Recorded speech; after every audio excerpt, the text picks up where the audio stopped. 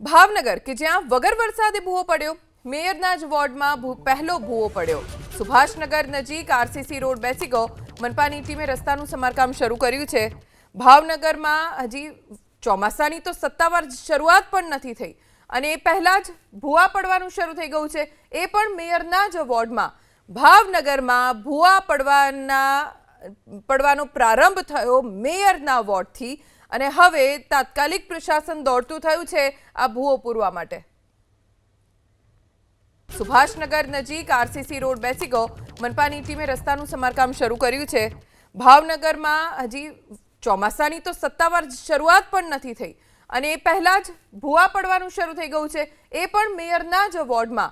ભાવનગરમાં ભૂવા પડવાનો પ્રારંભ થયો મેયરના વોર્ડથી અને હવે તાત્કાલિક પ્રશાસન દોડતું થયું છે આ ભૂવો પૂરવા માટે।